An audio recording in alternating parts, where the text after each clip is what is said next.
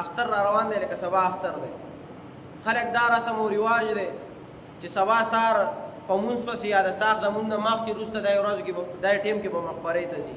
نو دغه مقبرې ته تلل حرام دي، ناجایز دي. نبی علیه السلام داسې نه دي کړي یا صحابه کرامو داسې نه دي کړي.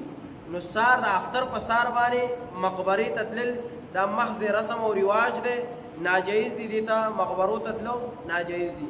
بیا هغې له ګربتیانې وړو یا خوشبویانې وړو یا هلته تلو تلاوتونه کول، هلته مسحه کړل او یا هلته اوبه وړل او په قبرونو باندې اچول یا هلته چې دی نو ځان سره سخسورې او بیلچې وړل او قبرونه سمول، دا ټول ناجایز دي او حرام دي.